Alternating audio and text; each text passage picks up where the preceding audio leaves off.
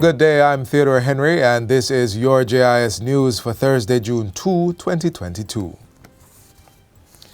Jamaica's economy is estimated to have grown by 8.1% during the 2021-2022 fiscal year. This was sustained by estimated growth of 9.6% in the services industry and 3% in the goods-producing industry. The information was released by the Planning Institute of Jamaica, PIOJ, at its digital quarterly media briefing on Wednesday. Director General Dr. Wayne Henry says the outturn for the fiscal year falls within the PIOJ's projected target range of 7 to 9%.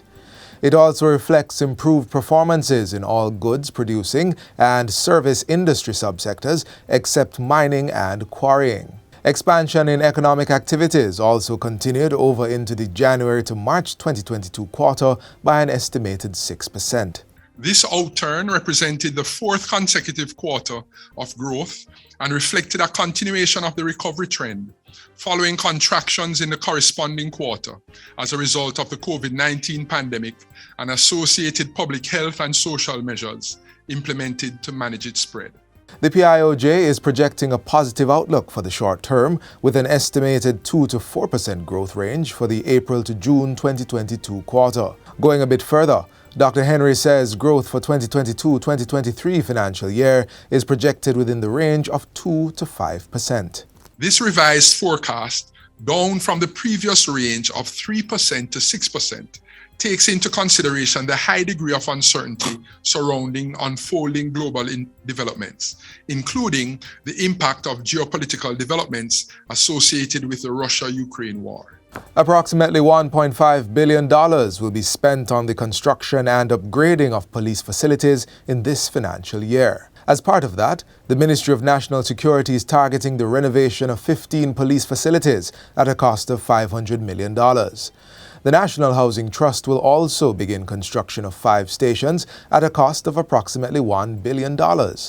These new police stations will be built at Frome and Little London in Westmoreland, Lacovia, St. Elizabeth, Anchovy in St. James, and Stony Hill in St. Andrew. National Security Minister Dr. Horace Chang says government is completing the procurement process for the construction of the Westmoreland and St. Catherine Divisional Headquarters.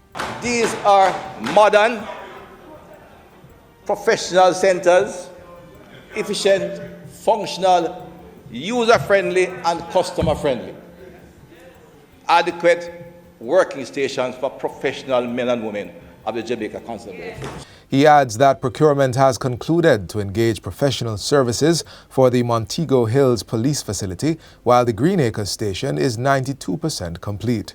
Minister Chang was making his contribution to the 2022-2023 sectoral debate in the House of Representatives on Wednesday. 128 residents of St. Catherine are now proud landowners, having received certificates of title for property they have occupied for several years. Prime Minister Andrew Holness presented the residents with their titles during a ceremony at the Old Harbour New Testament Church of God on Wednesday. The residents are from the communities of Old Harbour, Church Pen, Sharpers Lane, Thompson Pen, Bushy Park, and Old Harbour Bay. The titles were provided under the National Land Agency NLA's Systematic Land Registration SLR program. Through the SLR program, persons who have been in open, undisturbed, and undisputed possession of land for 12 years or more are afforded the opportunity to obtain titles for these lands. Prime Minister Holness says it's among government's various interventions to provide more legal land and shelter solutions for Jamaicans. I am confident and I feel very happy that we now have a system in place that is going to ensure that every square inch of land in Jamaica falls under a register, a public register, that secures the property rights and interests of the persons who own it. And that is a major achievement for Jamaica 60. The Jamaica Urban Transit Company, JUTC, is one step closer to adding 50 buses to its fleet. On Tuesday, the Ministry of Transport and Mining signed a contract with JR Wellington Import and Export Limited to procure the buses. Government will be spending approximately $6.4 million to acquire the 50 buses for placement in the Kingston Metropolitan Transport Region, KMTR.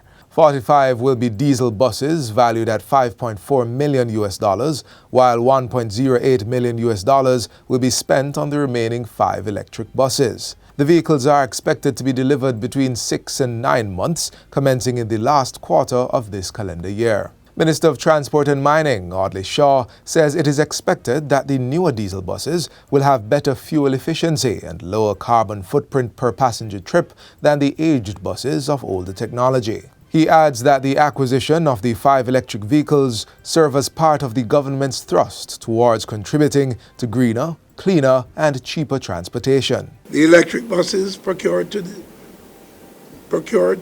today and will be supplied later in the year will indeed have the greatest impact on the environment and minimize the impact on the public's health. There are other savings in oil to be gained, as well as to reduce our carbon footprint in Jamaica and in turn reduce the costs for the public transport sector. 3 charging stations will be built to power the electric buses. In time, given the success of these buses, we will expand both buses and charging stations.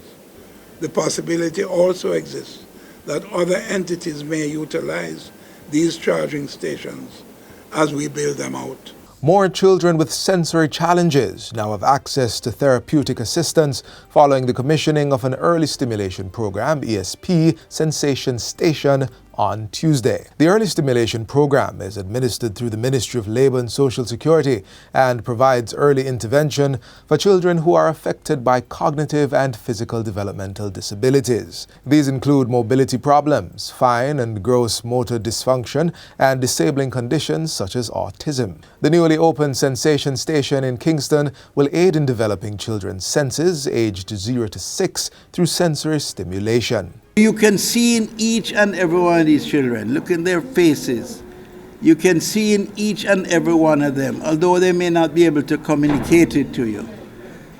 They have their aspirations, they have their peculiar personalities. It is for us, the able, to offer to them the greatest possible opportunity to achieve their fullest potential. He says the ministry is considering a partnership with the Ministry of Finance to establish a Sensation Station in every parish. And that's it for JIS News Today. I'm Theodore Henry. Thanks for watching.